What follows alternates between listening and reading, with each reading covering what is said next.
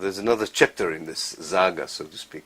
And I'm not telling this story because of my own predicament. Compared to my colleagues in the occupied territories, my colleagues in the universities in the occupied territories, there's no comparison. It pales in comparison to what they're going through. But it's part of the same picture of the demise of Israeli democracy, the demise of respect for basic human rights and civic rights. So before the saga, I should say that after the events or after the failed attempt to expel me, I'm being boycotted in this university. I cannot participate in seminars. I mean, this is conferences, symposia. Not officially. Nobody would admit to it officially. But let's say the Department of History wants to organize, and this has happened. They want to organize a conference of the 1948 history, and they invite me, and they publish the fact that I would be one of the speakers. Immediately the authorities would call them to take my name out. And I think the most, and I will email you one of the responses to that boycott by someone who doesn't like my views, and definitely not on my side, but he rightly said so, that the most terrifying thing of what happened to me is not what happened to me, but the fact that nobody of my colleagues have stood against what they did to me. And knowing from Germany, they could be next. They could be next. I mean, it was amazing. It was less the stupidity of the management here, that they decided they can, chase me out. It is the fact that you have 600 university lecturers, and not one of them came out and said, come on, you can't do this. You may not like his views, but you cannot. Not in a normal university. You don't do this, and then you claim that Israel is the only democracy in the Middle East. You can't do this. And anyway, they have, and it goes on. I wanted to break the boycott, so I organized the conference, and I decided to ignore the messages I got from above, that no, you cannot have a conference in university, you are barred from having conferences. I went to the administration and I booked a room. Now, as you know, universities, there is the different wings, and nobody knows what the other. I'm a lecturer. I ask for a room. I get a room. Okay. So I published the fact that I have a room and I'll have a conference. And the conference was about the historiography of the 1948 war. I get there with the speakers, and quite a large crowd, not too large. And there are 10 security people with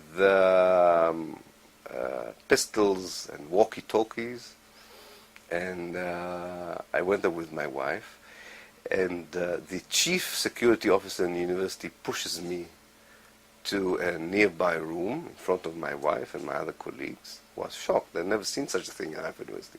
He hands me a letter, a personal letter, from the president of the university, prohibiting me to have the conference because it's a severe breach of the of the university codex, which is ridiculous because the codex allows a lecturer to have a conference, and that I would not be allowed, and the room is blocked, and the security guard would make sure that I will not have the conference. And just before they pushed me into a room, the security officer informed the president in the walkie-talkie, we caught him. As if they've caught Osama bin Laden, we caught him. He cannot have the conference. And then we reached the following agreement, that I would sit in the cafeteria with my guests, and provided I do not stand up, not elevate myself, this would not be a conference. This would be a social gathering. And this is more or less the situation nowadays. So it gives you and again, I'm not telling this because of my own personal predicament, because it's an indication of the level of freedom of speech and freedom of academic freedom in Israel in these times. So, unless proven otherwise, I don't think we are seeing any significant change in the basic Israeli mentality and perception of the reality. And that perception of the reality, if I will try to articulate it, I would say it's the following, is that basically what matters in the world is the American position. And what matters in our relationship with the Palestinians and the Arab world are two things: our own power, our own capabilities, and the American position. Everything else is irrelevant. the United Nations position, the Western position, the world position, even the civil society in America, if they have a different position than the administration. And even in administration, not everybody matters. Secretary of State doesn't matter. Because of that combination, that we are still very powerful militarily, and because the people who matter are behind us, the American administration, we in fact can do whatever we want in our relationship with the Palestinians. And what do we want in our relationship with the Palestinians? We want by force to impose a solution that caters to our interests and needs. And what we want is to annex parts of the West Bank so that we can include the major settlement blocks in it, so that we won't have to go into an internal civil war. They don't mind if you'll call the other half of the West Bank a Palestinian state. I think they would like to push the Palestinians from the part that they annexed to the part that would become a Palestinian state. Anyway, they don't think the Palestinian state would survive. Definitely they don't want to talk about any reasonable solution to the refugee problem or the Jerusalem problem. And they think that with time, power and force would impose the solution in such a way that it would become part of the Middle Eastern reality. Now, they also think that they have all the right to deal very forcefully with the Palestinians inside Israel. If they would show even the slightest ideas of autonomy, or they will show a collective will to act so as to change the present situation. As for the, what shall we call them, the silent majority, those people who, I'm not sure they're not showing interest. I think it's true that on one level, many of them find life more harder than previous years because of the economic crisis. It's true that many of them find politics repugnant. In a way, it's something they don't want to deal with. But the principal reason why the Israeli political system can go on with the same policies is because that silent majority also harbors certain images and perceptions of the Palestinians as well.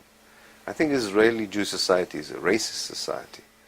It dehumanizes the other Arab, and definitely the Palestinians.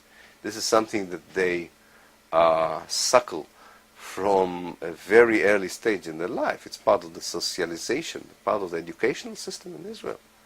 From cradle to grave, you get a certain message about who the Palestinians are, how should they be treated, and that's, in a nutshell, it's a very dehumanized way of looking at the Palestinians.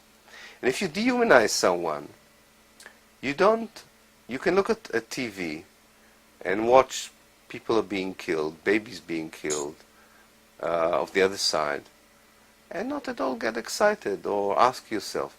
I'll give you one example. There's a unit in the Israeli army which belongs to the spokesperson of the army. And their job is to go and film for the army's propaganda. And I have a soldier who serves there, he's one of my students. And he told me that when they really are doing a good job, they get a certain perk. They get some sort of special prize. What is the prize? Is to get from the army, in slow motion, the film in which the Israeli Air Force dropped a bomb of 1,000 kilos on the residential area in Gaza, which killed a lot of children and women in order to kill one terrorist. And this is the prize of the soldiers. And they will love watching it, because you can see exactly, because it was taken from the aircraft. So you can zoom on the destruction, on the killing. This is the kind of mentality and reality which allows people to be bystanders, not only to things that already had been done to the Palestinians, but I am very fearful that these people would be bystanders even when worse things would be inflicted upon the Palestinians. I made a few years ago a film which actually followed the lecture tour I gave in Britain. And its title was The State of Denial, Israel as a State of Denial. And it followed certain phases in the way the Israeli establishment denies what had happened in 48, denies what happens in the occupied territories, and even denies what happened lately in the occupied territories. And the film was very pessimistic, and I felt that. It was very dark in a way.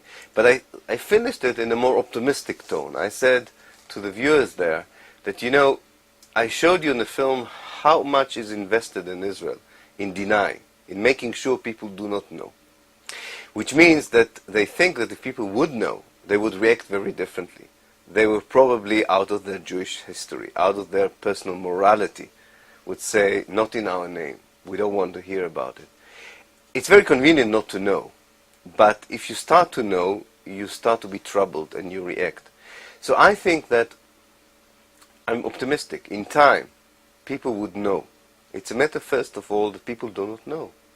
And when people would know, there is a chance for a different reaction. So my guess is that people are not indifferent. People are very happy with not knowing. It says very well the government. You know, they're trying now to put out of the television screen CNN and BBC World Service because they know how easy you can get here in Israel.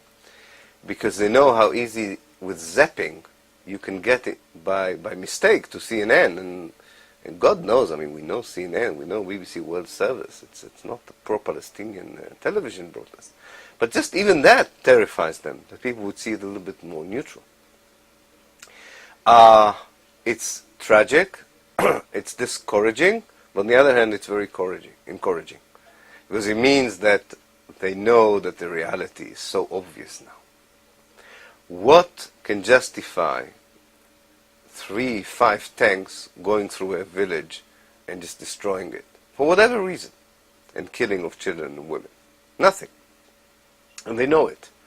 So they'd rather not deal with the explanation, they'd rather not show the pictures. We have to understand, Israeli viewers see very little of what goes on in the occupied territories compared to viewers outside. And now that the Israelis have started killing journalists and intimidating the others, probably the world at large will see less what is going on inside. So coming back to your major question there about people being indifferent, I'm not sure they're being indifferent. I sort of give fine-tuning to that definition. They live in denial and are oblivious to what's happening because someone makes sure that they will remain in that situation. I think that exposing the reality for what it is something which eventually even start a movement of opposition inside Israel. I think it's very, very important. Because the Israelis, and also the Israelis are decent people. If they start judging their own actions, and the actions that have been done in their names according to universal human values, they will not be able to look at the mirror. I have an article which is called Breaking the Mirror. And I wrote in that article saying that the Israelis still have mirrors installed in their homes where they don't see their own reflection. They see a poster, and I want to break that. Do this. You may not like his views, but you can't not in a normal university. You don't do this, and then you claim that Israel is the only democracy in the Middle East. You can't do this. And anyway, they have, and it goes on. I wanted to break the boycott, so I organized a conference, and I decided to ignore the messages I got from above, that no, you cannot have a conference in university, you are barred from having. There's another chapter in this saga, so to speak. And I'm not telling this story because of my own predicament. Compared to my colleagues in the occupied territories, my colleagues in the universities in the occupied territories, there's no comparison. It pales in comparison to what they're going through. But it's part of the same picture of the demise of Israeli democracy, the demise of respect for basic human rights and civic rights. So, conference of the 1948 history. And they invite me, and they publish the fact that I would be one of the speakers. Immediately the authorities would call them to take my name out. And I think the most, and I will email you one of the responses to that boycott by someone who doesn't like my views and definitely not on my side, but he rightly said so, that the most terrifying thing of what happened to me is not what happened to me, but the fact that nobody of my colleagues have stood against what they did to me. And knowing from Germany, they could be next. They could be next. I mean, it was amazing. It was less the stupidity of the management here, that they decided that they can, chase me out.